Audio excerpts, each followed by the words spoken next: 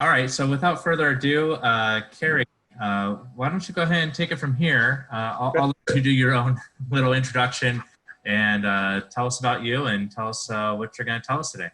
Sure. Well, thank you for having me, and I'm excited to be here. I think, like you, I am pretty biased that I think Orange County is an incredible place to build a startup company, and I would say no better time than right now. I've been here for 16 years and have been involved in the startup community since the day I arrived here for a startup back in 2004 that we successfully sold to a venture-backed company, and then Microsoft bought the combined company.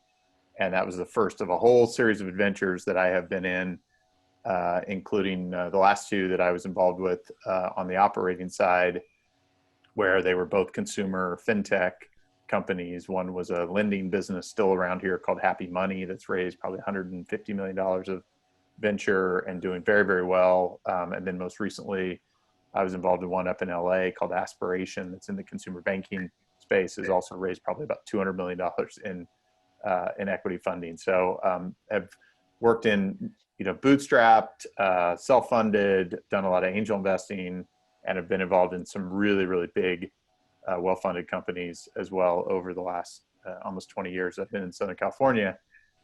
This is really, I think, no better time in the history of Southern California than right now to be in the startup world. And I'll talk a little bit about that. One of the things that I've decided to do, so you see a logo there at the bottom called OC4 Venture Studio.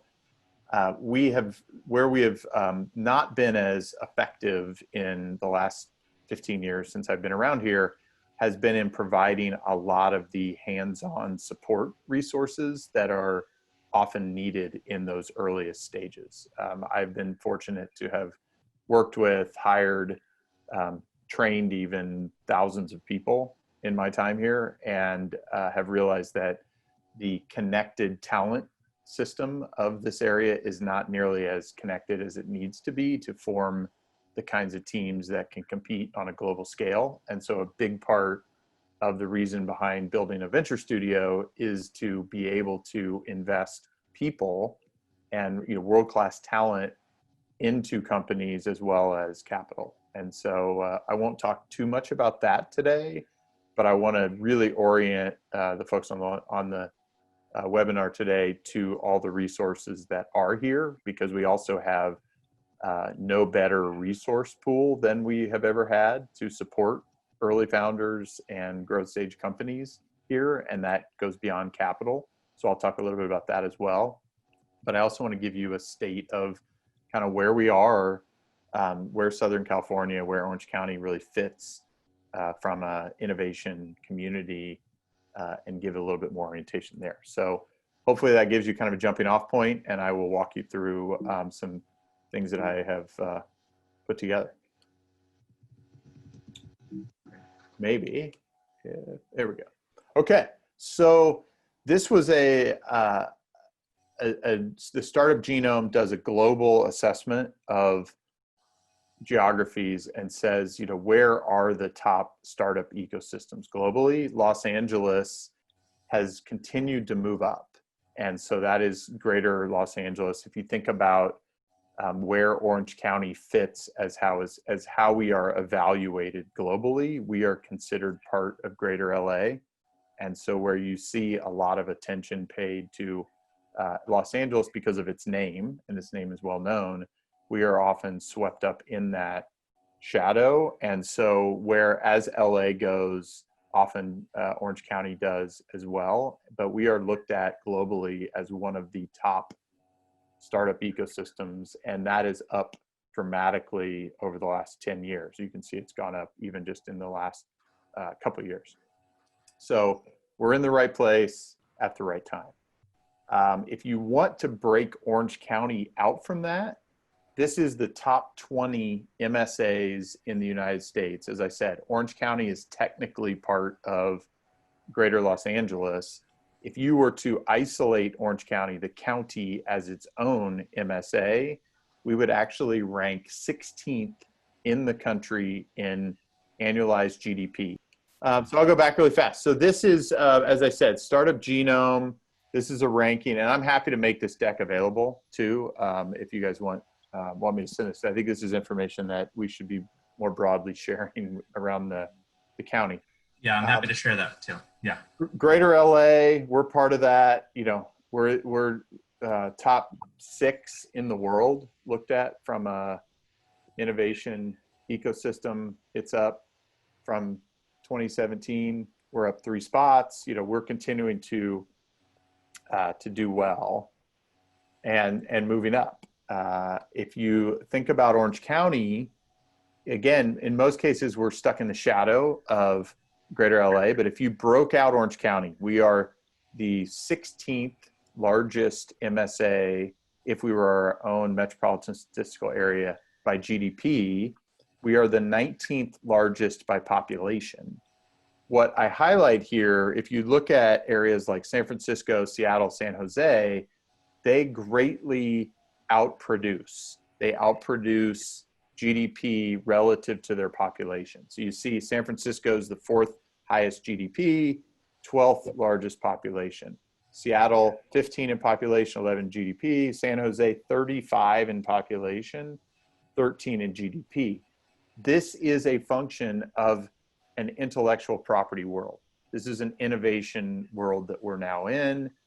The areas that are producing the highest amount of innovation and IP are exporting it and are producing at a much higher rate. Orange County actually does okay there. We are 16th in GDP, 19th in population. So we tend to outproduce relative to our population. If you look at something that's pretty flat, you'd look at something like Detroit. They 14th in GDP, 14th in population. So we're actually in good, fairly good shape there, which is why, we have a lot to build upon. So there's a recent book that came out. It's a follow-up to a book that was written about 2012 called Startup Community. And this is the follow-on called Startup Community Way.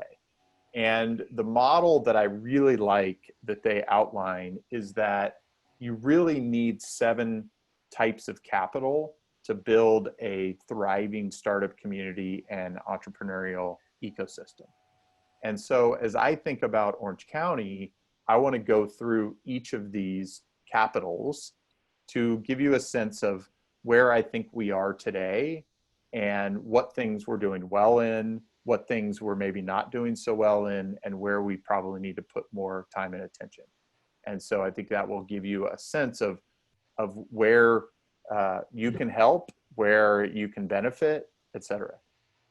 So to go through them quickly, you have intellectual capital, things like technology, ideas, information. You have human capital. This is talent. This is knowledge. This is skills. Financial capital. Most people tend to think as long as you have the financial capital, everything else takes care of itself. It is important. It's one of 7, though, and I think it's key that people understand that money is only one part of the overall equation to building a really thriving ecosystem. You have institutional capital, anchor organizations like Cal State Fullerton, like Titan Angels, like entrepreneurial centers. Those are critical. You have physical capital, and that's things, where do you have people? Where do you have infrastructure? In this day and age, good internet infrastructure is critical. A quality of place, the fact that people want to be there, those are important. You have network capital, how connected, how strong are the relationships, the bondedness, and then you have cultural capital. What is the wherewithal and the attitudes, mindset of people in this area around startups? So we'll go through those one by one. So from an intellectual capital standpoint, just to orient you, we are, and I have kind of are we doing better? Are we doing worse? Are we sort of neutral? In an intellectual capital standpoint, this area of the world, this area of the country is in great shape. We produce across SoCal, we produce the second highest number of PhDs in the country every year. We have engineering and technical degrees being granted at an all-time high. You see people coming out of schools like Cal State Fullerton. You know, Chapman now has its own full-time, full-fledged engineering school. We have obviously UC Irvine as well. And even many of the community colleges here are producing much more technical graduates than ever before. We're seeing a lot of patents. We have almost as many patents granted in Orange County as we do in LA. And LA is many times larger from a GDP and population standpoint. So we have that intellectual capital here. From a human capital standpoint, we have great schools. I mentioned several of them. We have a higher percentage of college graduates here than the national average.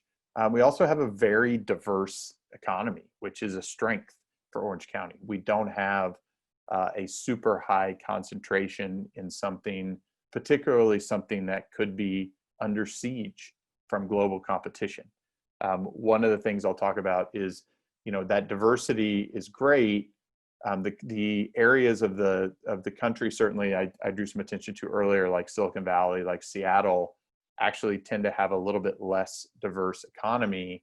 And one of the beliefs that a lot of people are looking at is this idea that you need these really dense talent clusters. Those talent clusters tend to center around specific verticals, specific economy types, and that companies will build and startups will build around these deep talent clusters. One of the ones that we do have here is in ophthalmology.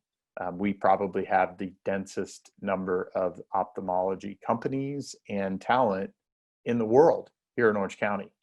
That's a really interesting one to learn from, a really interesting one to potentially replicate in other niche industries that might be tangential to ophthalmology, or just other ones where we have some relative strength to build upon. But we do have that diversity is something that we can lean on as an opportunity.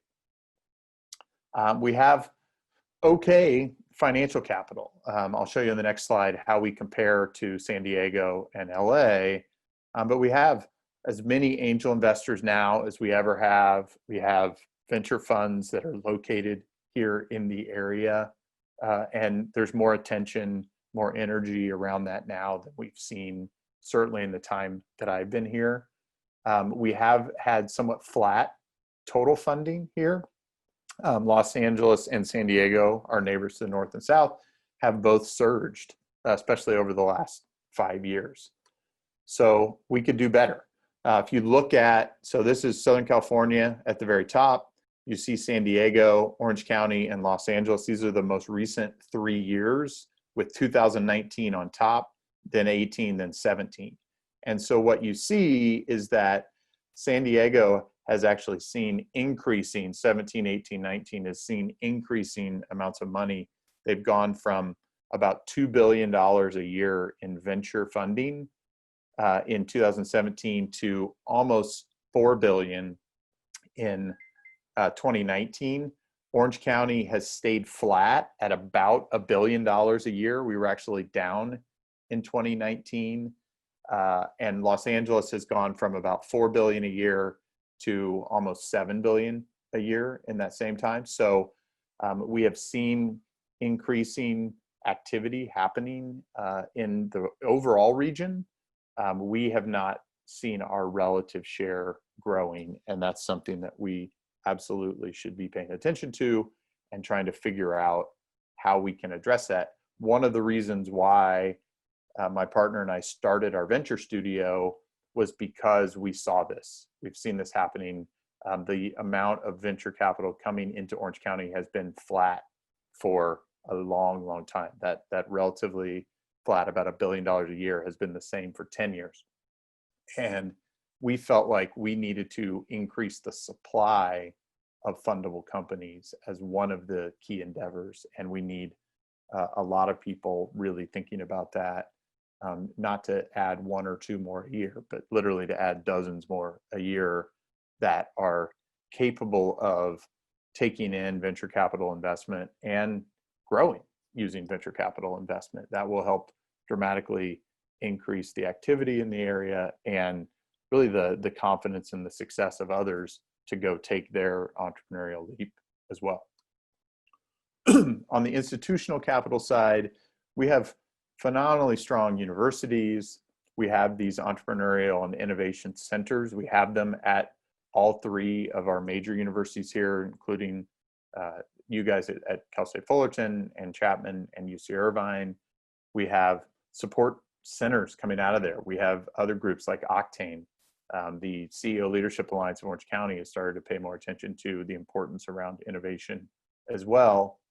And I think a lot of the early evidence is also showing that because of our diverse economy, because of the entrepreneurial nature, because of the educational background of Orange County residents, we actually seem to withstanding COVID better than many other regions in the country. And so I think that could give us some benefit as we come out of that over the next several quarters as well. Just to give you a sense of some of the institutions that we have here, this is a map that we have been working on to release to the public to just share all the different support organizations, whether that's capital or advisory or other support resources across someone's entrepreneurial journey. So for somebody that's still just trying to develop an idea, they can turn to groups here, either networking groups like OC Tech Happy Hour or A Million Cups or Startup Grind. They can go to the universities who are very open to having not just their alumni or undergrads or graduate students, but others from the community to participate. Then we have accelerator type groups, whether it's through the SBA, like the SBDCs, or Octane, Evo Nexus. You have some other groups like our Venture Studio or C Digital Labs or Pismo. There's some other studios out there. And then as you continue, you have some angel groups like Titan Angels or Tech Coast Angels, or other early funding sources that can get involved. And then a number of other funds that have presence here, either based here or have offices here, that support across the seed to Series A to growth capital infrastructure. So we have a lot of groups here that are all trying to help be a part of the solution for helping through more successful entrepreneurial journeys. As you think about physical capital, a lot of people point to the fact that we don't have a center core to Orange County as maybe a knock on Orange County. I think given this COVID and post-COVID environment, we've seen a lot of actual attention paid that maybe that kind of life, something that isn't all high rises and super high density, is actually an asset. And it gives people a lot of choice. My partner, who's grown a software company here from nothing to well over 100 people in just the last 4 years, when he recruits people from out of the area, they'll actually drive them all over Orange County and show them there are all kinds of different life structures, life setups available. You could have a beach life, you could have a somewhat urban life, you could have a very suburban, you could live behind gates, or you could live in an apartment. That there are a lot of different lifestyle choices here. I think that's a great strength. We need to build more around that. We have geographic, we have ethnic, we have all kinds of diversity here that enables everyone to find the place that works for them, depending on how much or how little they want to commute, how many other people they want to be around. We have an amazing quality of life, and I'll talk about that in a minute. And yet we also have density. We have the second densest county in California. We have the 6th most populous county in the country with well over 3 million people. We have a lot to build upon.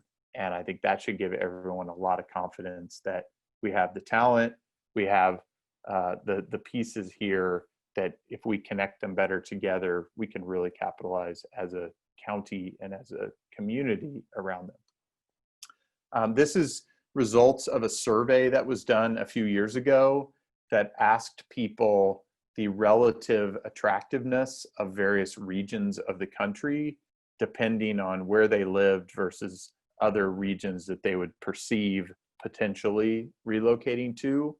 And the headline for me from this is, "We are the best kept secret in the country." Orange County residents viewed Orange County. The red dot is from a resident. Orange County residents rated Orange County way higher than anybody else in the country rated Orange County. We are a best kept secret. People here love it here. People who aren't here don't have a good way to define and understand all the great attributes of this area.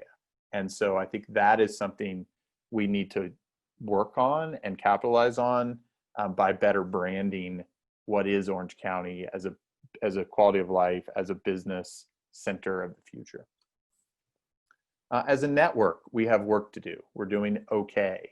I think there's a very high recognition amongst people here that our connectedness is not as high as it needs to be. We have to have more people out connecting with each other, connecting others, welcoming others in. We have a lot of people that have been relocating here over the last year, and particularly the last 6 months. I've had more introductions to new people just moving here in the last 4 or 5 months than I probably have in the prior few years. And they're trying to figure out, how do I plug in? How do I get involved? And I think we have groups like the CEO Leadership Alliance that are trying to connect even CEOs of different organizations at the top who historically haven't known each other. We're trying to do work to connect people just starting their careers as they graduate from schools here, or they come back from school to start their careers here. How do we connect those young professionals?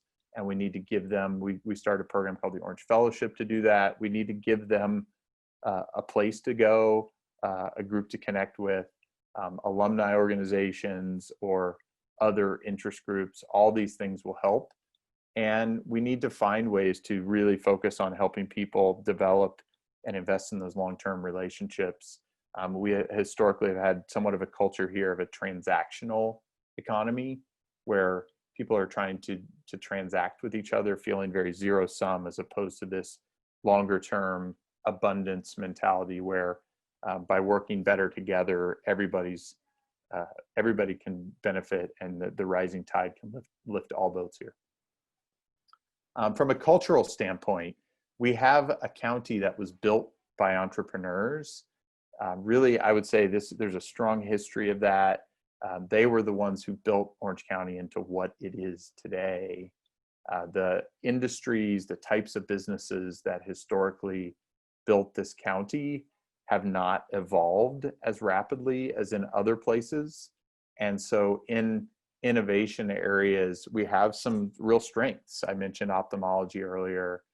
Areas like medical device and healthcare are definitely a strength. We historically had a strength in semiconductors, and there's actually a little bit of a resurgence there in the next wave of different pieces in that sort of semiconductor or hardware ecosystem that are starting to emerge here. And we're starting to see some more activity in areas like artificial intelligence and companies emerging here that can be additive to how more intelligent systems are being built for the future. And culturally, we need to make sure we're bringing that into education. How do we bring more of an entrepreneurial thought? How do we bring more confidence that people can create and build around new ideas from young ages? More of an acceptance of failure is needed here because that is part of innovation, is trying things, breaking things. And that's a cultural shift that we need to make. And we need to encourage our students and people earlier in their career to take those risks, to feel supported that if they get a bump or a bruise, that there's a system here that supports them to pick themselves up and try again. And I think that is something that we can build upon and do better here. So final couple slides, and then happy to get into any discussion or questions that people have. As I think about starting and building a company here, there are a whole host of things that people have to think about, that they have to contend with, they have to prioritize. And this is just a, sort of a word cloud that illustrates that as an entrepreneur, there are hundreds of potential decisions that you have to make, and left to have to figure all that out on your own, it can be really risky and fraught with challenges to build a successful business and a successful company. And that is why it takes, in almost all cases, much more than just money, much more than just a customer. And it really is not as easy as just having a great idea and just building a great product, and then ultimately that just happens to become a great company. There are many steps at each stage of that process, whether it's validating that idea, figuring out that there are customers that really like this product and are willing to pay for it in some meaningful way, and that you can attract and manage and lead a group of people around a mission and a vision and values to turn that into a great company. And often I think we see that there are people that are great at that idea stage, but may not be the right person at 50 people or 100 people or hundreds of people to be that same leader. It's a different skill set. It's a different, really even satisfaction that one can derive. And some people can evolve into that, but it is actually more the exception than the rule. And as a really healthy startup community and entrepreneurial ecosystem, we can help people understand that that's okay, that they are more than just their idea or their company, and that it's greater for the greater good for their company, for all the people involved, if it's in the best possible hands, which may be theirs at any stage. And I think that's the maturity that you start to see in other communities as they evolve. And it's not a straight line. I've seen too many of these adventures over my career that this straight line that you see here is just not typical. And usually, you know, I had to put in the family picture, of course, but it usually feels more like this. It's the raging river. Sometimes you have smiles, sometimes you have stress, and you're working your way through, but it's a journey, and that's part of it. And having others involved along the way is key. So what we really need to provide is a lot more support, a lot more experience, and as something that I tend to advise or suggest to entrepreneurs virtually every day, is that it's also key for them to surround themselves. If they are really doing themselves the best possible service, they're trying to find people to put around their organization that are better than they are at any one job that they may do. And that's how they're going to increase the likelihood of their own best success. So the last thing that I'll say is, you're going to build a better company by building your network and your skills infrastructure while you're going. The idea that you're going to go off by yourself and figure all this out, it can work. But again, that is a rare exception. And I think the idea that you can build a better company, that you can tap into the talent, you can tap into the rest of the network who's here, by being involved all along your entrepreneurial journey, will increase your network and will frankly increase your likelihood of success. So hopefully I've given you some orientation to where we are as a county in the world, in the region, that we have a lot to build upon. And it's really never been a better time than today to start a company and build it here in this area, and that we have a lot at our fingertips and at our disposal to put toward helping more entrepreneurs succeed. And I know with many of you on the call, you know, JJ for sure, and others, that that's our passion and what we strive to do every day. And we will feel, you know, that much more energy and reinforcement by seeing more and more success occur here. So happy to take any questions, have any follow-on discussion from here on out. Hopefully this was helpful. Yeah, I'd like to jump in. It's interesting to have you make this presentation. Thank you so much.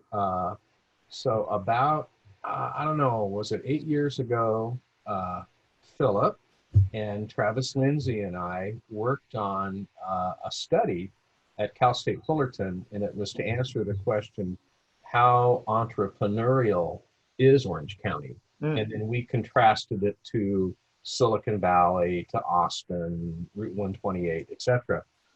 And there were a few takeaways. And one of them, a couple of them I wanted to mention. One was, one of your measures was GDP, right? And I believe that the source of GDP is by company headquarters. Is that correct? I don't know how they track it by bigger companies like that, JJ. That is a good question. Yeah. I'm not sure. Right. Philip, you may remember one of the things that stuck out in a survey was the absence of the Fortune 1000 style particularly in Orange County. Yeah, we're very much a mid-market kind of, SMB, but that, particularly that mid-market size. Exactly. Yeah. And so that's where Silicon Valley dominates so much, because when you think of Intel, et cetera, everybody located, within a 10 square mile area up there. That's right. Well, and you think about that here, we have been for many, many companies an outpost for them. Google has a large office here. They're not headquartered here. Amazon has a large office here. They're not headquartered here. Zillow, based in Seattle's second largest office, is in Orange County. You have a lot of companies that really understand there is talent in Orange County. This is something for them to leverage and capitalize on. That's great for them. That isn't necessarily good for a startup ecosystem. Right. And, another finding, and you just referenced it, was the medium-sized company was very predominant in Orange County. And the one that's hard to quantify within that data set would be the family business. And so these are businesses that are built for succession and a long-term hold rather than exit. That's right. And, we have a family business center at Cal State Fullerton, and they feel very strongly about that, although it's hard to quantify, because if you go to a website, it doesn't always say, hey, we're proudly 51% or more owned by a family business. And that's, I think, I grew up in a multi-generational family business, and my father sold it 2 years ago. It was 146 years old. So there are a few people in this area that understand long-term family business better than I do, as I grew up in it. And there are incredible attributes that family businesses like that have, especially when it comes to community involvement and community connectedness, because that's just core to the community often is an extension of the family, and that's important. It can really help with a lot of cultural values. I think the reality of what I'm talking about, startups are a particular brand of type of company. These are companies that are by their nature designed to grow really quickly, and the ambition of the founder, that's not all businesses.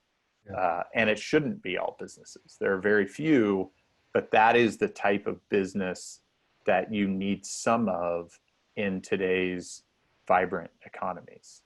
And the pace of change, the reason I say that is because the pace of change in the world has reached a rate that we mostly can't comprehend. Within the last 10 years, the pace of change of innovation is now beyond our ability as humans to adapt to it. And I don't think we even fully understand what that means yet. but that is influencing business in a really significant way. And even family businesses have to understand that and react to that as they think about the business that they're in when they start and the business that they are likely to be in as they transition to a subsequent generation. And sometimes having external shareholders helps pressure you with that kind of change urgency that may be required to stay around. The time horizon of companies staying in the Fortune 500 continues to shrink. And that is largely a function of the rate of change, globalization, other things. Until that ceases, which I don't anticipate is likely to happen in my lifetime, we have to just think a little bit differently about the kinds of businesses and the way that we structure and manage businesses to create the most success we can for the people involved, the owners, the employees, the other constituents in a community is the way I tend to think about it. You know, a couple other comments, and I'll get out of the way. One of our findings, again, this was 8 years ago. That's really significant, was the lack of capital, the lack of investment capital, the lack of VCs. Yes. You know, we have Tech Coast Angels, which is the largest angel network in the United States. I'm very proud of our work at Titan Angels, but you're hard pressed to find venture capitalists in our community who brand themselves as such. And your data is kind of confirming, well, that really hasn't changed a lot. And one of the related elements was that the VCs tended to follow the, well, sounds pretty simple, the IPO marketplace. And the IPOs were concentrated in Silicon Valley, in Austin, etc. So some of those fundamentals have not changed. And then we had a false premise I wanted to share with you. Our conclusion was, well, we are very, very diverse. And in fact, our community is far more diverse than what you see in the other major centers of entrepreneurship, startups, and innovation. Answer was not so much. We have a perception that we're very diverse, and we are. But when you look at Silicon Valley, when you look at Austin, when you look at Reed 128, they're all very diverse communities as well. Thank you for sharing. Yes, that it may be that we should refresh that study. Yeah, very cool. Well, what other, Philip, any other questions that have gotten posed, or anybody else who has things they would love to talk about? Yeah, I'm sure that I'll open it up for other questions. Of course, feel free to hit your space bar and hold it down if you would like to take yourself off mute, or click yourself off mute and go ahead and ask away. We have about 10 minutes left in the presentation. If you'd like to ask something, feel free. Now's your time.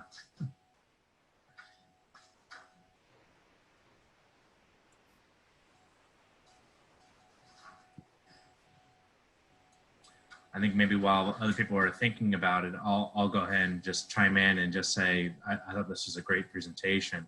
You know, I really like that you broke it down into all those different factors and touched upon each and every one of those. And, you know, I definitely love Orange County. So I could see myself as being that red dot above the line. And, you know, I thought it was really great, you know, to see that other people felt that way too. I think that it is kind of the, you know, a gem and one of the best kept secrets. It really is. I have another comment, Philip and Carey, and that would be, given the challenges with the network that you described, what would you recommend a startup to do in Orange County to get their unfair share of support from the different entities? That's a great question. And I think the key is to find those relationships and those supporters who are in the community that can help them.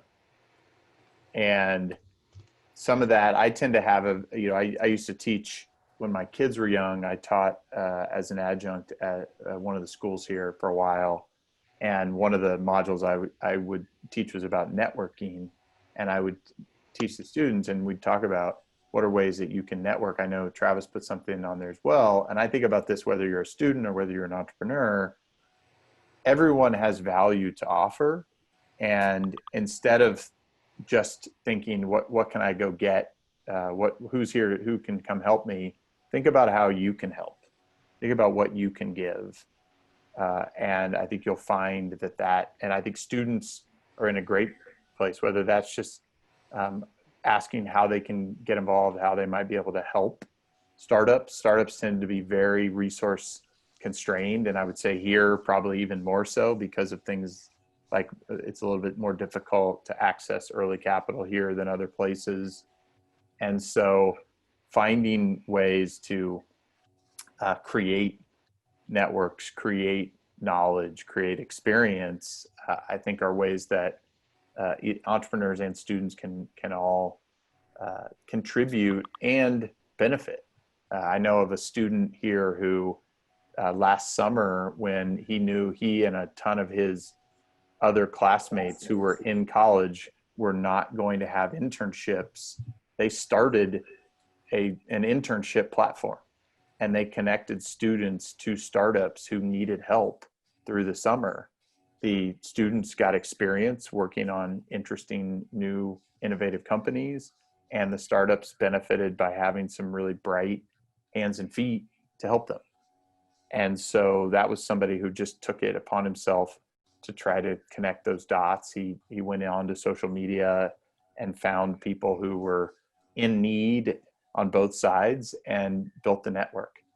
And so I think there are those kinds of things. I know you do a podcast, JJ. I started a podcast last year mainly to try to provide another outlet to people who have great stories and are doing really interesting things here, to just share those and hopefully get that in front of other people. And so whether it's that or helping to connect people to jobs, there are a lot of companies here that are trying to hire talent and they're not finding it. They're not finding it as quickly as they would like. And so I think there are countless places where people can help, and in many cases they could exchange for the time that they have or the experience that they want to build. And so I often look at it as find ways that it makes it amazingly easy for somebody to say yes to you, because that you're sort of taking no out of the equation by just offering to prove yourself or offering to provide value before you ask for something in return. And so that would be my suggestion. Yeah, I want to chime in. So Luis asked, how has networking evolved during COVID for the organizations you mentioned? I can just, from Cal State Fullerton's perspective, we put on these events every 2 weeks. So these are events you can always come to. You can network within here. I put my Calendly link up, so feel free to reach out to me. Happy to, chat with you. That's kind of what I do a lot. I think for the other organizations, I've usually seen people put something in the chat window as well. And I've seen conversations kind of emerge from there. I'm not sure, Carey or other people, if you'd like to chime in and talk about that. I think that's a good best practice to Yeah, it's a tough. I mean, I'll be maybe even a little more raw about it, Philip. And I think it's tough. I think people have gotten some Zoom fatigue that we need to find ways to get back together in person. I actually had a small group in my office on Friday, and several of the folks who were there said, I haven't really been with other people for many, many months. And I felt like I just had to be there because, you know, I need that. And I think we as humans need some of that. And I'm not saying to be irresponsible given what we're dealing with right now, but there are, whether it's outdoors or distance, there are still ways to feel some of that human connection. And I think we have to start to move back or move forward, however you want to think about it. And I think, again, students, I think, are at a place where they probably can take a little bit more of that risk, given a lot of the data that we're seeing around the health aspect of it. But we have to continue to be more creative. I mean, you know, for the physical events where maybe you have limits on capacity, in a virtual event, you can go a lot broader. But my counsel would be to people to just be a little bolder, ask for a little time. You know, you mentioned your Calendly link, request time. You know, I'm probably doing twice as many meetings a day right now as I was before, because I rarely get in my car and go anywhere. And so I can actually do more and try and touch more people. I think we're missing a lot of the serendipitous connections and interactions that we often are able to get in group settings. And so I'm just counting the days until we can get back to some of that, because I don't think you can fully replicate that in a virtual environment. And we shouldn't. It's not who we are as a species. Yeah, definitely agree with A you couple on that. thoughts on that, Carey, as well. I've kind of geeked out on this whole issue of networking and relationships. And one is to kind of flip the ask. And so if it's not what you can do for me, it's how can I help you, right? And, Absolutely. And so approach it every time you meet someone as what can I do to help that person? And then you follow up later and do that, whatever that might be.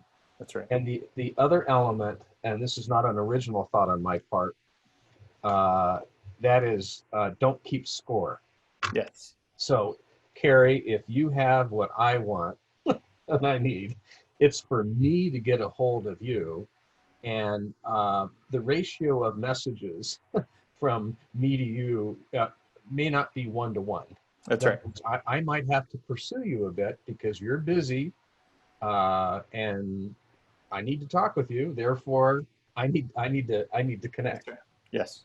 Yeah, I think that's a great point. There's one of the best books of the last many years, a book called Give and Take, professor out of Wharton, Adam Grant. And, you know, he talks about like givers are the happiest people out there. Now you need to be a somewhat strategic giver, not a martyr, but that, you know, there's a joy in that. And I think being in a position to help others, we all can benefit. And to your point, you know, not keeping score, not trying to measure everything. Okay, JJ, you know, I did this favor for you. You owe me. It's just not a place you want to be, because it takes up a lot of energy that you don't want to deal with. But finding, I mean, I have an assistant now who helps me because we have so much activity that I just can't be as responsive as I would like. And so I'm trying to draft and utilize technology where I can to help as well, because building that connectivity here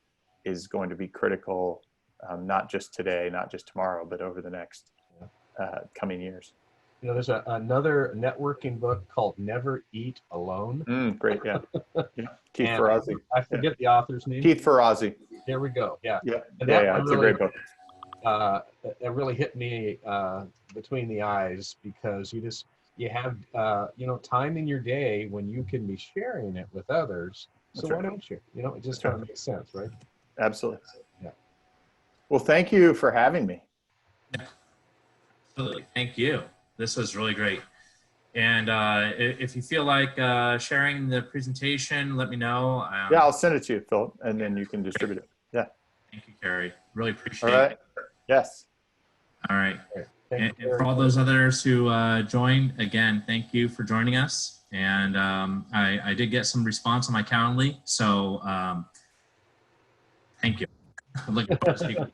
All right. Take care, everybody. Have a great day. All right. All right, everyone. Okay, bye-bye.